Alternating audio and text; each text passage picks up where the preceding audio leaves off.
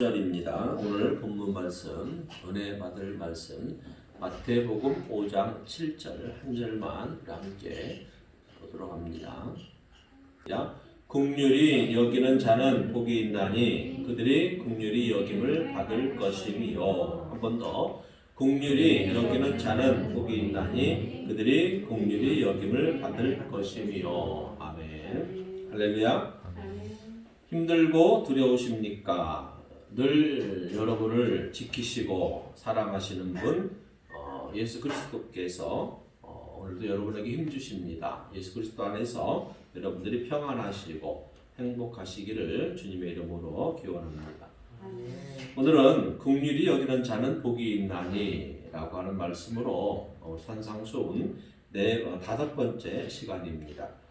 자, 우리가 지난 시간에 다루었던 말씀들을 함께 읽어보면서 여러분들이 그 말씀의 핵심을 그 마음속에 한번 여러분들이 짚어보시기를 바랍니다. 같이 한번 봅니다. 시작. 심령이 가난한 자는 복이 있나니 천국이 그들의 것이며 애통하는 자는 복이 있나니 그들이 위로를 받을 것이며 온유한 자는 복이 있나니 그들이 땅을 기업으로 받을 것이며 의에 줄이고 목마른 자는 복이 있나니 그들이 배부를 것이며 긍휼히 여기는 자는 복이 있나니 그들이 긍휼히 여김을 받을 것이며. 아멘. 오늘 우리가 함께 하나님으로부터 은혜 받을 말씀은 긍휼히 여기는 자는 복이 있나니 그들이 긍휼히 여김을 받을 것이며 라고 하는 말씀입니다.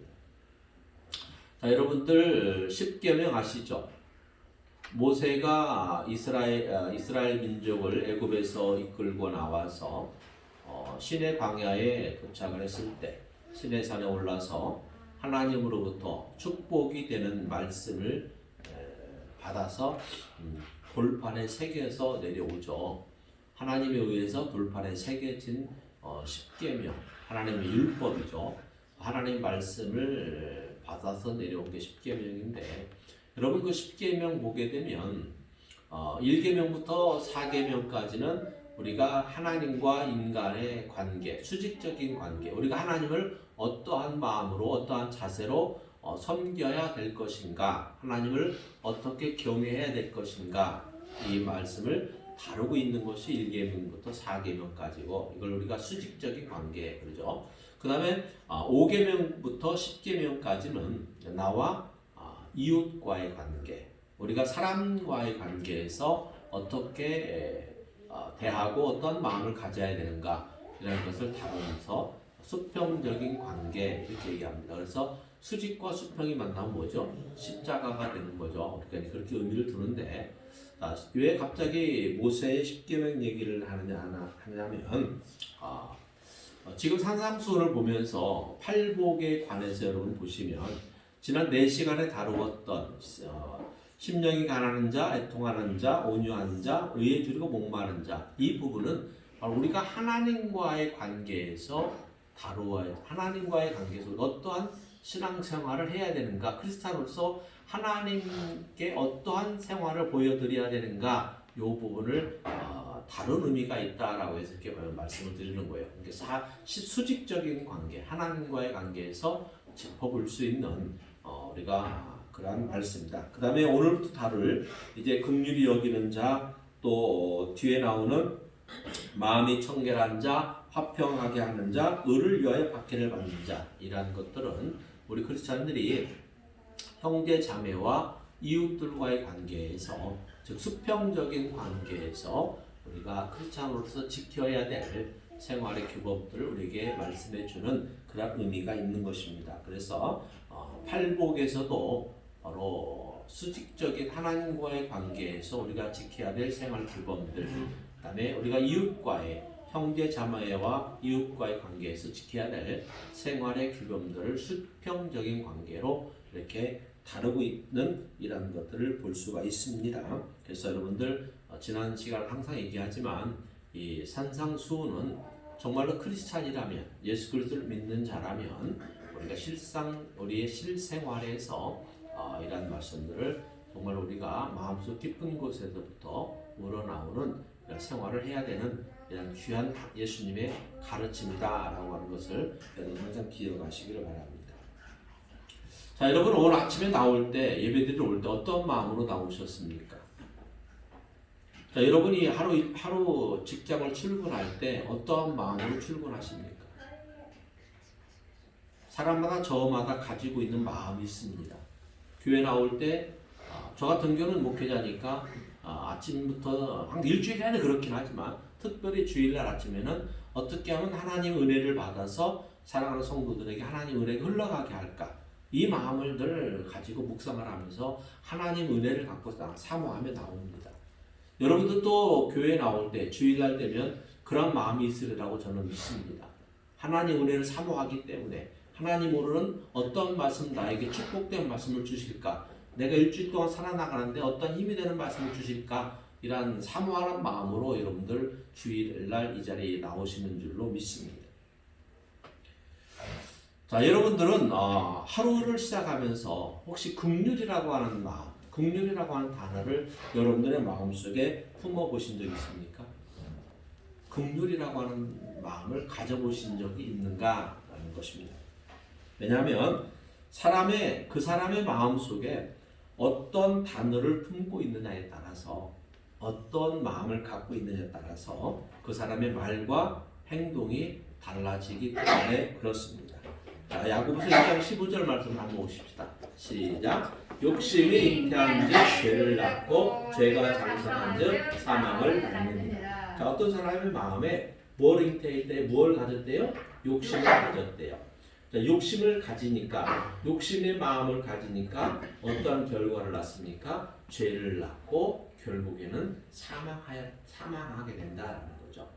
여러분, 작은 바늘도둑은 나의 작은 거 훔쳤으니까 괜찮겠지라고 하지만 작은 바늘도둑이 큰 소도둑이 되고 더 심하면 사람의 생명까지 해치는 그러한 죄를 범하게 되는 거죠. 그래서 결국에는 작은 욕심 때문에 결국에는 그가 큰 중죄를 받게 되는 이러한 결과를 낳게 된다라고 하는 경고의 말씀을 야고보 사도가 성경에서 우리들에게 보여주고 있습니다. 그래서 우리 크리스찬들은 어떠한 마음을 우리가 품느냐, 여기에 따라서 하나님이 내 삶을 기뻐하시고 또 좋은 열매를 맺을 수도 있다라고 하는 것이죠. 하나님이 기뻐하는 삶을 살면 하나님은 우리가 원치 않는, 우리가 기대하지도 않았던, 생각하지도 않았던 그러한 복도 하나님 우리에게 주신다라고 하는 것이죠. 사랑하는 여러분, 우리가 어떠한 마음을 품어야 되는가, 인간과의 관계에서 어떠한 마음을 품어야 되는가를 계속되어지는 산상수훈에서 여러분이 잘 듣고 그 비결을 찾으시기를 바랍니다. 자, 오늘 본문의 핵심 단어가 뭡니까? 긍휼이라고 하는 단어입니다. 그래서 긍휼의 마음을 품어보셨는가라고 서두에 물어봤습니다. 긍휼이라고 하는 단어인데, 긍휼이라고 하는 단어의 뜻을 한번 우리가 먼저 살펴봐야 되겠죠. 긍휼이라고 하는 단어의 뜻은 뭡니까? 여러분 다 아시겠지만 설명을 드리면, 이웃의 불행을 내가 가슴 아파하면서 이웃이 가슴 아파하는 그 일로부터 벗어나게 해주려고 하는 그 애타는 심정이에요. 정말로 내 일처럼 생각하는 거죠. 이웃이 어떤 슬픔을 당하고 어떤 정말로 애통한 일을 당하고 가슴 아픈 일을 당했으면 강 건너 불부터 타는 것이 아니라 정말로 내 일처럼 생각해서 정말로 가슴 아파하면서 저 일을 어떻게 하면 해결할 수 없을까라고 하는 그 애타하는 마음이 무슨 마음이다? 긍휼의 마음이다라고 하는 것입니다. 그러므로 긍휼이 여기는 자란, 오늘 성경에서 긍휼이 여기는 자란 어떤 자인가 하면 불행과 어려움 가운데 빠진 형제 자매나 이웃들을 보게 되면 불쌍히 여기고 그들에게 자비를 베풀므로 참되게 이웃의 사랑을 실천하는 자라는 뜻입니다.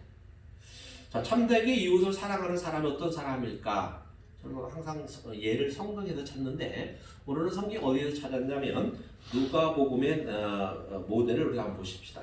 예수님이 하신 말씀이죠. 누가복음 10장 이하의 25절 이하의 말씀을 한번 같이 봅니다. 시작. 어떤 율법 교사가 일어나 예수를 시험하여 이르되 선생님, 내가 무엇을 하여야 영생을 얻으리이까? 예수께서 이르시되 율법에 무엇이라 기록되었으며 내가 어떻게 읽느냐 대답하여 이르되 내 마음을 다하여 목숨을 다하며 힘을 다하며 뜻을 다하여 주 너희 하나님을 사랑하고 또한 내 이웃을 내 자신같이 사랑하라 하였나이다. 예수께서 이르시되 내 대답이 옳도다. 이를 행하라. 그러면 살리라 하시니.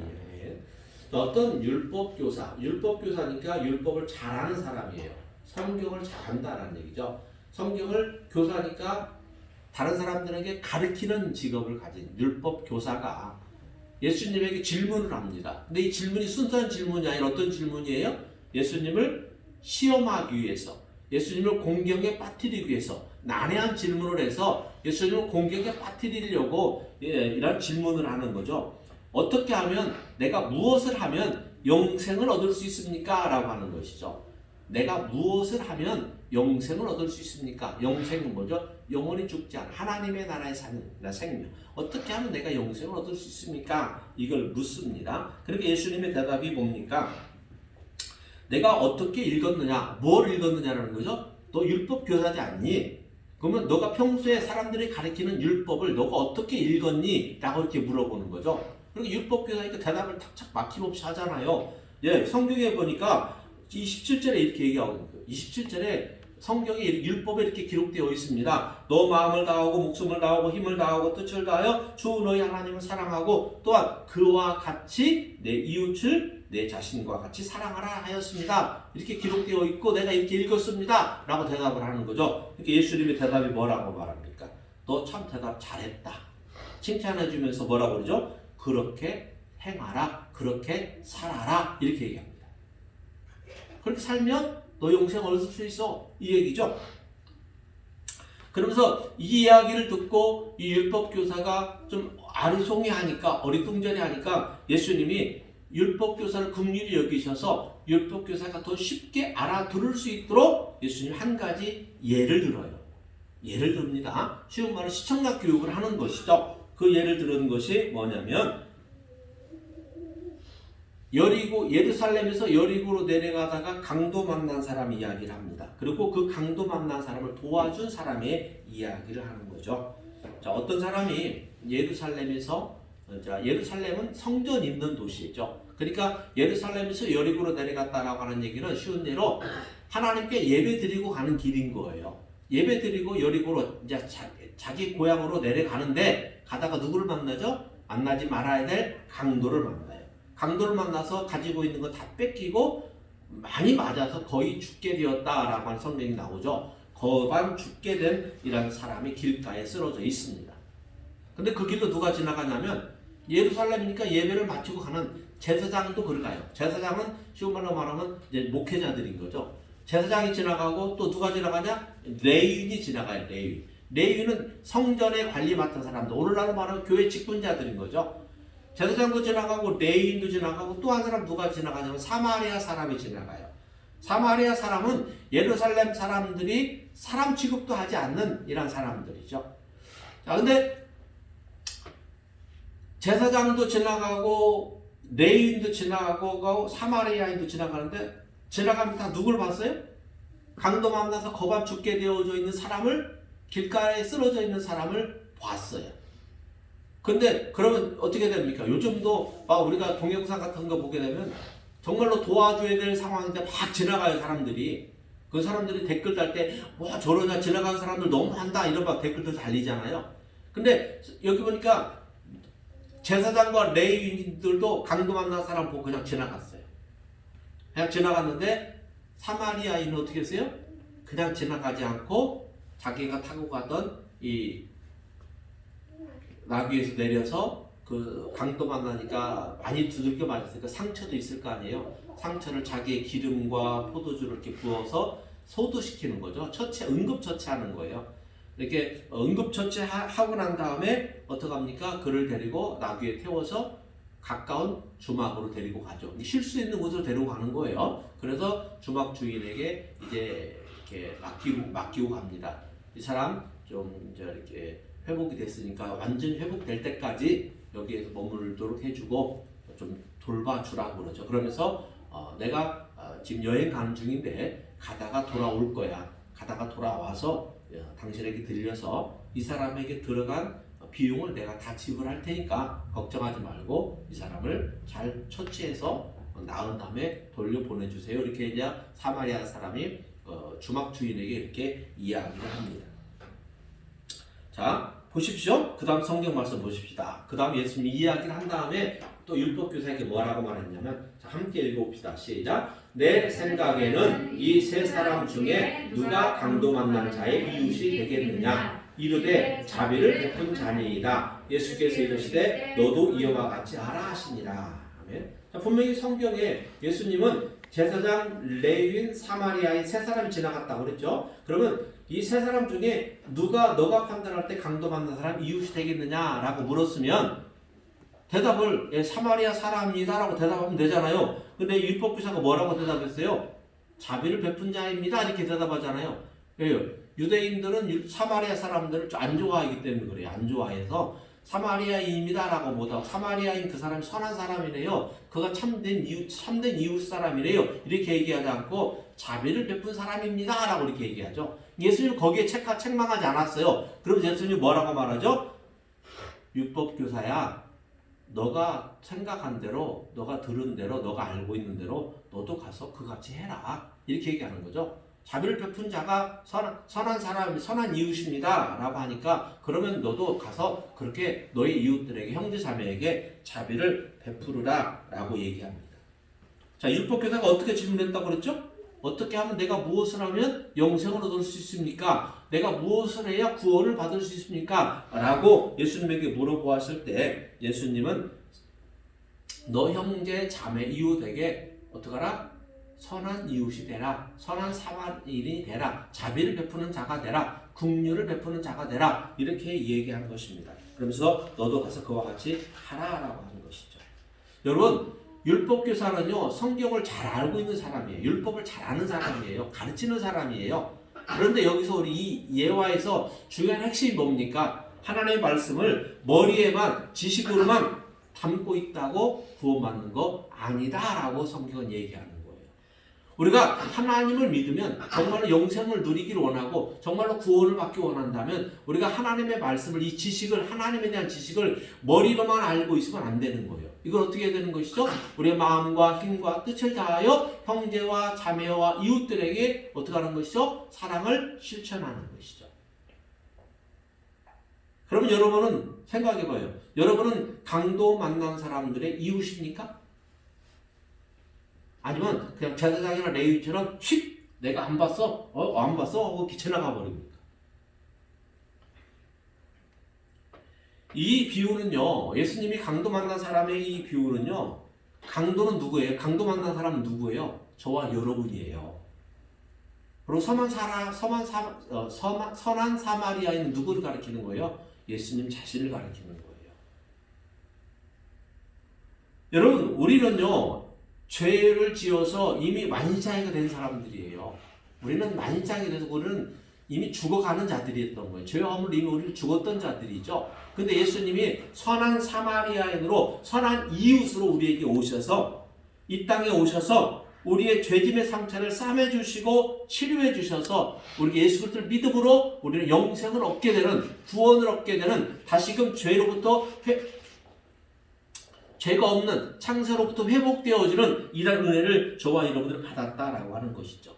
그래서 예수님이 저와 여러분들이 원하시는 게 뭐냐면, 우리 산상수원에서 지금 지난 4시간 동안 여러분들이 말씀을 잘 기억해 보면 그거예요. 우리가 예수님께 받은 의의가 뭡니까?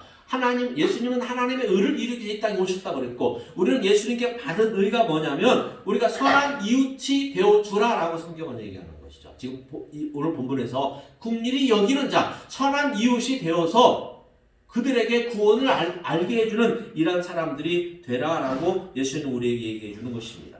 그래서 예수님은 이 땅에 오셔서 우리에게 하나님의 의를 이루신 것처럼 우리는 예수님에게 의를 받았기 때문에, 예수님의 의는 이웃을 살리는 의잖아요. 사람을 살리는 의예요. 그러니까 우리가 이 땅에서 이제 예수님에게 복음의 의를 받았기 때문에 우리는 그 의를 가지고 사람 살리는 일에 목말라 해야 된다라고 지난 시간에 얘기한 거죠. 의에 줄이고 목말라 하는 자가 배부를 것이다 그랬잖아요. 이게 우리는 이 땅에 살아가면서 돈 버는데 욕심이 아니라 나 혼자 잘 먹고 잘 사는데 욕심이 아니라 거기에만 관심이 있는 것이 아니라 정말로 예수님 믿지 아니하는 한 영혼 이웃들의 형제들의 자매들의 이들의 예수님 믿지 않는 사람들을 보면 그들 어떻게 하든지 간에 예수님 믿게 해서 이 땅의 삶이 다가 아니라 영원한 천국이 존재하기 때문에 그곳에서 그들을 살게 하고 구원받게 하고 영생을 누리게 할 수 있는 이러한 의에 줄이고 목말라야 우리가 천국 가서 하나님의 큰 땅의 기업을 누릴 수 있다라고 하는 것이 성경이 주시는 약속이고 보상이다라고 하는 것입니다.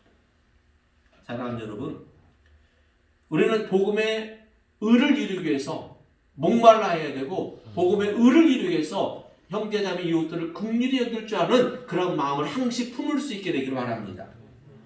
자, 야고보서를 같이 한번 봅시다. 야고보서 2장 14절이야. 시작. 내 형제들아, 만일 사람이 믿음이 있노라 하고 행함이 없으면 무슨 유익이 있으리요? 그 믿음이 능히 자기를 구원하겠느냐? 만일 형제나 자매가 헐벗고 이동할 양식이 없는데 너희 중에 누구든지 그에게 이르되 평안히 가라, 덥게 하라, 배부르게 하라 하며 그 몸에 쓸 것을 주지 아니하면 무슨 유익이 있으리요? 이와 같이 행함이 없는 믿음은 그 자체가 죽은 것이니라.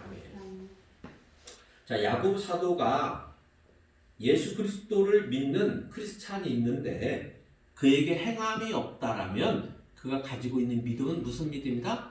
죽은 믿음이다 라고 이렇게 얘기하는 것이죠. 다시 말해서 죽은 믿음이라고 하는 것은 뭡니까? 아무런 유익이 없다라고 하는 것이죠. 예수 그리스도를 믿는데 내가 예수님 믿는 사람이야, 교회 다니는 사람이야 라고 얘기하면서 행함이 없다면, 형제자매 이웃들에게 행함이 없다면 그 믿음이 무슨 유익이 있겠느냐라고 하는 것이죠. 자, 이게 무슨 얘기냐면, 자, 여러분, 저와 여러분 예수님 믿죠? 아멘 안 해요? 예수님 믿어요, 안 믿어요? 예수님 믿죠? 자, 그러면 여러분들이 예수님 믿는 그 믿음에 유익이 있어야 돼요. 예수님 믿는데 아무런 유익이 없으면 돼야 안 돼요? 예수님 믿는 그 믿음에 유익이 돼야 돼요, 안 돼야 돼요? 유익이 돼야 되는 게 맞잖아요?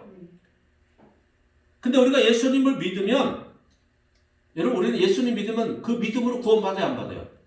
구원받는 거 맞아요? 예수님 믿으면 믿는 그 믿음 때문에 우리가 구원을 받는 것이죠?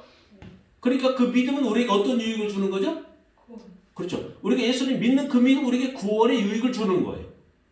그러면 이웃들에게 우리가 가지고 있는 믿음이 유익을 줘야 되잖아요. 그래야 돼, 안 그래야 돼요? 하나님은요, 절대 너 혼자 잘 먹고 잘 살다가 천국 가 이렇게 얘기하지 않았어요. 그럴 것 같으면 예수님 믿다가 보내지도 않았죠. 너 혼자만 예수님 믿다가 잘 먹고 잘 살다가 와, 이러면 예수님 믿다가 오시지 않았죠. 하나님은 그것 때문에 예수님 오시게 한 것이 아니라 예수님 오시게 해서 인류를 구원하셨으니까 이제는 예수님 오실 때 예수님이 하나님 나라 가셨잖아요. 근데 그 예수님이 이미 오셨는데도 온 인류가 다 예수님 믿고 구원받지 않았잖아요. 지금 안 믿는 사람들이 더 많잖아요. 그러니까 나머지 안 믿는 사람들에게 예수님 믿도록 유익을 줘야 되는데 그 유익을 누굴 통해 주라? 저와 여러분처럼 예수님 믿는 사람들이 그들에게 예수님 믿도록 유익을 남겨줘야 되는 것이죠. 그런데 그 유익을 주는데 어떻게 해야 되는 것이죠? 하나 예를 들었잖아요. 여러분 보세요. 15절 보니까 만일 형제네 자매가 헐벗고 일용할 양식이 없어 너에게 도와달라고 왔어. 그런데 너가 16절에 보세요. 너가 그에게 말로써 이렇게 했어. 편안히 가거라? 가서 추우니까 따뜻하게 옷 입어라? 너 배고프지? 가서 배부르게 먹어라? 하고 말만 하고 그에게 쓸 필요한 물질을 줬다 안 줬다? 안 줬다라고 하는 것이죠. 그러면 16절 끝에 보세요. 너가 그렇게 말만 해서 보내면 그 말한 것이 그에게 무슨 유익이 있냐라는 거죠. 헐벗은 사람에게 뭐가 필요하죠? 입을 옷이 필요하죠. 그래요, 안 그래요? 배고파 쩔쩔 굶는 사람에게 뭐가 필요하죠? 먹을 양식이 필요한 거예요.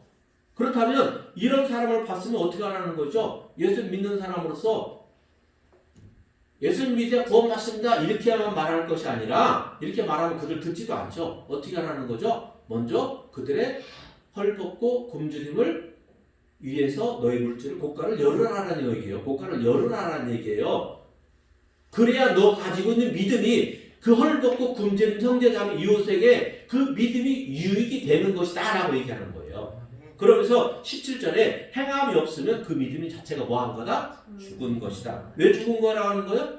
유익된 것이 없기 때문에 죽은 것이다 라고 하는 거예요. 여러분 죽은 나무가 죽은 과일나무가 열매 맺어요? 죽은 과일나무 어떻게 해요? 그냥 싹둑 잘라서 불 떼버리면 끝나요. 살아있어야 열매를 따먹는 유익이 있는 거예요. 저와 여러분이 살아있는 믿음을 가져야 유익이 되는 거예요. 하나님은요 분명히 기억하세요. 나 혼자 예수님 믿고 구원받기 원하시는지 않아요. 많은 사람들에게 복음의 의를 이루는 것을 하나님은 원하신다라고 하는 것입니다. 그러므로 우리가 헐벗은 형제나 이웃을 보면 그들을 긍휼히 여기는 마음을 가지고 그들이 필요한 것들을 채워줄 수 있는 이런 긍휼한 마음이 저와 여러분들에게 있어야 된다라고 하는 것이죠. 이게 크리스찬들이 가져야 될, 나누어 주어야 될 유익된 거예요. 나도 좋고 너도 좋고, 나도 좋고 형제도 좋고, 나도 좋고 이웃도 좋고. 아멘? 저와 여러분이 예수 그리스도를 믿는 그 믿음은 지금 행함이 있습니까? 여러분 행하고 있느냐라고 제가 질문하는 거예요. 오늘 말씀 들으시고 꼭 행함이 있는 믿음을 가지세요. 행함이 있는 믿음. 가장 좋은 거는 예수님 믿게 하는 게 가장 좋은 거예요. 내 부모, 내 형제들 예수님 믿게 하는 게 가장 좋은 거예요. 저 형제들 중에서도 아직 2명이 교회를 안 나가고 있지만 늘 그게 마음에 걸리고 늘 마음이 아프고 복음 열심히 전해주는데 받아들이지 않는 그 마음이 애는 사람은 늘 안타까운 거예요. 여러분도 마찬가지입니다. 사람은 언젠가 한번 죽게 되어 있어요. 죽음 이후에 세계가 없으면 천국과 지옥이 있어요. 우리가 그 천국이 없다면 예수님 믿을 필요 없어요. 있어요. 분명히 있기 때문에 예수님 믿는 거예요. 여러분들이 이런 것들을 분명히 가르쳐서 여러분들이 이웃에게 선한 이웃이 되기 위해서 행함이 있는 그런 믿음을 여러분들이 가지기 위해서 우리에게 꼭 필요한 믿음, 어떤 믿음이다? 어떤 마음이다? 긍휼히 여기는 마음이죠. 자, 하나 더 봅니다. 긍휼히 여기는 마음이 없어서 하나님에게 심판받는 예가. 자, 마태복음 18장 이하 시작. 결산할 때에 10,000달란트 빚진 자 하나를 데려오매 그 종의 주인이 불쌍히 여겨 놓아 보내며 그 빚을 탕감하여 주었더니 그 종이 나가서 자기에게 100데나리온 빚진 동료 한 사람을 만나 붙들어 목을 잡고 이르되 빚을 갚으라 하매 그 동료가 엎드려 간구와 이르되 나에게 참아 주소서 갚으리이다 하되 허락지 아니하고 이에 가서 그가 빚을 갚도록 옥에 가두거를 주인이 노하여 그 빚을 다 갚도록 그를 옥졸들에게 넘기니라. 자, 이거 보니까 어떤 임금이 자기에게 10,000달란트 빚진 종을 붙잡아 왔어요. 너 왜 나한테 10,000달란트를 빚졌는데 왜 안 갚니? 그러니까 이 10,000달란트 빚진 종이 주인이시여 제발 용서해 주세요. 나 그 갚을 돈이 없어요. 제발 용서해 주세요. 이렇게 얘기하니까 그 임금이 불쌍히 여겨서 27절에 보니까 불쌍히 여겨서 그 종을 탕감해주고 다 없는 걸로 하고 놓아주었어요. 얼마나 기쁜 일이에요? 그렇잖아요. 쉬운 말로 1억을 내가 빚을 졌는데 1억 갚을 돈이 없는 걸 탕감해주고 그 없는 걸로 하고 용서까지 해주었어요. 그러니까 기쁘잖아요. 기쁜 마음으로 이렇게 나왔을 거 아니에요. 나왔는데 궁궐문을 딱 나섰는데 그 앞에 누가 지나가는 거예요? 자기에게 100데나리온. 쉬운 말로 우리 간단하게 쉽게 계산하게 쉽게 100만 원 나에게 100만 원 빚진 사람이 지나가는 거예요. 친구가 얼큰이 너 잘 만났다. 가서 딱 붙잡았거든. 멱살을 딱 붙잡았거든. 너 왜 내 돈 안 갚어? 당장 갚어! 라고 얘기하는 거죠. 그러니까 이 친구가 뭐라고 말하는 거예요? 29절 이하에 보니까 제발 나에게 좀 참아줘라. 내가 지금 갚을 수 있는 능력이 없다. 내가 어떻게든지 간에 노력해서 갚아줄 테니까 조금만 더 참아줘라 라고 얘기하는데 30절 보세요. 이 10,000달란트 탕감받은 이 종이 허락지 아니하고 그를 어떻게 했어요? 빚을 갚도록 옥에 가두어 버렸어요. 그러니까 이 이야기를 임금의 신하들이, 임금의 종들이 이 이야기를 들어서 임금님에 가서 얘기하는 거죠. 임금이시여, 10,000달란트를 탕감받은 그 종이 자기에게 100데나리온 빚진 동료를 잡아서 옥에 가두었는데 어떻게 합니까? 라고 하니까 임금이 뭐라고? 노했다. 34절에 주인이 노하여 그 빚을 다 갚도록 10,000달란트를 다 갚도록 그를 옥졸은 뭐죠? 감옥을 지키는 사람들이잖아요. 감옥을 지키는 사람들에게 넘겼다는 얘기는 뭐죠? 감옥에 가두었다는 얘기잖아요. 여러분 이 비유는요. 1만 달란트 빚진 자는 쉬운 예로 우리예요. 우리는 우리가 해결할 수 없는 죄를 하나님께 해결할 수 없는 빚을 진 사람들인데 하나님이 예수님의 십자가 피 흘리신 그 공로로 우리가 용서함을 받았어요. 그런데 우리는 그 용서함을 받았으면 우리는 이웃들에게 우리가 죄 지은 자를 한번 용서를 해줘야 되잖아요. 베드로가 예수님에게 물어봤죠. 용서하라라고 하는 말씀을 가르치니까 베드로가 물어봤어요. 그러면 주님, 형제가 나한테 잘못했다라고 용서를 구하면 몇 번이나 용서해야 돼요? 하루 7번 용서해주면 돼요? 이렇게 물어보니까 예수님이 뭐라고 말했죠? 7번뿐만 아니라 70번씩, 70번씩 7번이라도 용서해 주어라 이렇게 얘기했어요. 70번씩 7번이면 얼마예요? 490번이에요. 여러분 하루에 490번을 용서해 주라는 얘기예요. 그럼 하루에 490번을 용서해 줘. 한 번 용서했어? 10번 용서했어? 100번 용서했어? 이렇게 셀 사람이 있어요? 없어요? 없죠? 이 얘기가 무슨 얘기죠? 그냥 무한히 용서해 주라는 거예요. 자, 마태복음 6장 12절 보세요. 시작. 우리가 우리에게 죄 지은 자를 사하여 준 것 같이 우리 죄를 사하여 주시옵고. 우리가 주기도 그래. 이 기도문이 나오잖아요. 하나님, 우리가 우리에게 죄 지은 자를 사해 주니까 우리 죄를 용서해 주십시오. 이렇게 나오잖아요. 기도를 이렇게 하면서 하나님에게 1만 달란트 죄를 용서받았는데 나에게 조그마한 손톱만큼만 죄를 지은 실수한 동료를 형제자매를 용서하지 않아도 돼야 안 돼. 이건 안 된다라는 것이죠. 1만 달란트 탕감 받았으면 100데나리온 정도 되는 거 탕감해 주라는 얘기예요. 한마디로 용서해 주라는 얘기죠. 그런데 우리는 어떻습니까? 우리는 예수 그리스도의 흘리신 십자가의 피 공로로 우리는 모든 죄가 용서함 받았어요. 우리는 모든 죄 용서함 받고 우리는 절대로 지옥 안 가고 우리는 그냥 다 천국만 가요. 우리는 천국 가는 자예요. 구원받은 자예요. 그러니까 우리는 어떻게 해야 돼요? 항상 잊지 말아야 될 것이 하나님께 엄청나게 큰 죄를 용서받아서 그렇다고 내가 또 공로를 세운 것도 아니에요. 예수님이 십자가에 흘리신 그 피 공로로 내가 모든 죄를 용서받았기 때문에 나는 형제 자매 이웃들을 어떻게 돼요? 그들의 허물과 실수를 용서해 줄 줄 아는 마음. 이것이 긍휼히 여기는 마음이다 라고 하는 것입니다. 그래서 여러분 형제자매나 이웃들을 얼마나 긍휼히 여기셨습니까? 여러분들이 그들의 잘못을 얼마나 너그럽게 용서하고 불쌍한 자에 대해서 여러분들이 연민의 정을 가지고서 따뜻한 도움의 손길을 여러분들 베풀고 계십니까? 우리는 이미 하나님으로부터 가장 큰 긍휼을 입은 자들입니다. 우리가 죽어 마땅한 죄인이었을 때 우리를 하나님이 긍휼히 여겨주셔서 예수님을 땅에 보내주셨고 그리 십자가에 못 박혀 죽으심으로 흘리신 그 피값으로 말미암아 우리는 죄와 사망으로부터 슬픔으로부터 우리는 풀려나는 영원한 우리는 자유인이 되어서 하나님의 구원의 백성으로 천국 백성으로 우리는 살아가는 자들입니다. 그러므로 우리는 우리가 이웃들에게 행한 선한 일들을 우리는 자랑 삼아 내세울 수가 없는 것입니다. 하나님이 우리가 어떤 공로를 받아서 어떤 공로가 있어를 구하는 것이 아니기 때문에 우리가 이웃들에게 베푸는 선한 일들도 우리는 자랑으로 내세울 일이 없다라고 하는 것이죠. 그러나 우리는 그들을 긍휼한 마음을 가지고 따뜻한 손길을 베풀 때에 하나님 우리를 긍휼히 여기실 것이다 라고 오늘 성경 우리들에게 말씀해 주고 있습니다. 사랑하는 여러분, 우리가 예수님의 가르침을 따라서 산상수훈의 이 가르침을 따라서 형제나 자매나 이웃들에 대해서 항상 긍휼히 여기는 마음을 여러분들이 가지시기를 바랍니다. 아멘. 70번씩 7번이라도 용서할 수 있는 이런 여유 있는 마음, 너그러운 마음 여러분들이 가지셔서 아멘. 정말로 우리가 이웃들을 긍휼히 여길 때 여러분 내가 물질이 풍부하면 물질로 도울 수도 있습니다. 여러분 물질이 풍부하지 않으면 정말로 따뜻한 손을 잡고 그 손을 딱딱히 잡아주면서 진심으로 그를 위로하고 그 슬픔을 함께 나눌 수도 있어야 될 것이고 아니면 정말 여러분들이 무릎 꿇고 하나님 앞에 눈물을 흘리며 그 영혼을 위해서 기도할 수도 있어야 된다는 것이죠.